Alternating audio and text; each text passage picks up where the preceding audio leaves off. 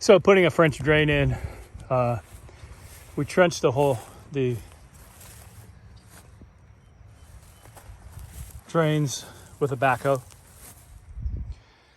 That is 10 inches wide, 18 inches deep, and it slopes down toward the lake. I am using a front end loader to throw in gravel. We're putting in 4 inches of gravel. I've done enough French drains to know I don't use filter. In my opinion, filter sucks. Everybody has their own opinion. So I put in straight 4-inch perforated pipe, and we're going to put a T in here and run it down to the lake. Every time I've used filters around the socks or the fabric, it slows the water flow down tremendously. I don't know if I'll be alive in 15 years. Probably. I hope to be. But if I am, I'll do this again in 15 years as if it's clogged, or if this gets boggy, or if I still have the property. But every French drain I've done with fabric doesn't work, or it works very poorly. I don't know if this camera will capture it, but there's a really nice flow with the gravel in. And it has been record-breaking temperatures. It's been 90 degrees here for days. And this is just flowing on down nicely.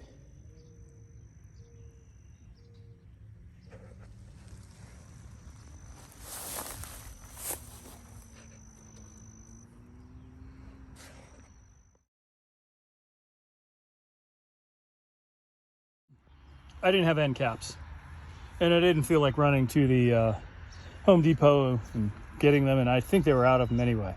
So I've just cut little vitamin protein jugs, stuck them on the ends, and I've got the pipe in on 4 inches of stone, and we've got a T going on here. This is going up the other way, and I will cut this protein jug and cap this off as well. And then I'll throw in the rest of the pipe down to the lake, and I will throw the gravel in, put the dirt on top. Just a little tip, as I cut this, I want to keep the knife in front of my hand.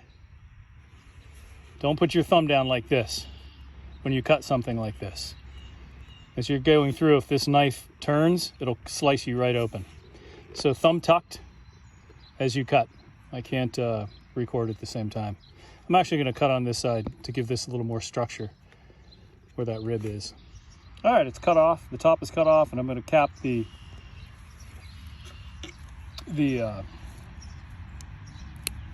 perforated pipe with it. Just cap the pipe off with the protein can, and again, this runs down to a T. And we're going to run the perforated pipe down the rest of the way to a solid piece of pipe at the end. So here's a little trick if you don't have a connector, or even if you do, to transition this to straight from perforated.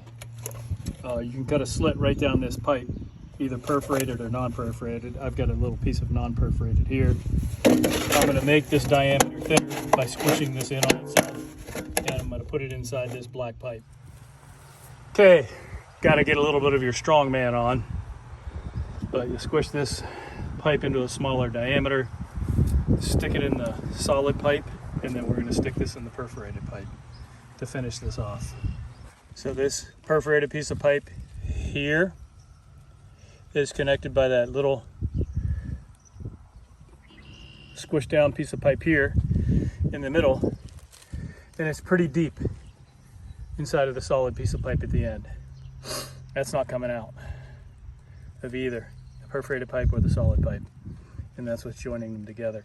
I put the cut on the top. A bunch of water is going to come out of the perforated pipe anyway and flow down alongside the pipe, but as, let's say, it's really gushing down this pipe, it's going to run through that connector and right down and out the solid piece of pipe.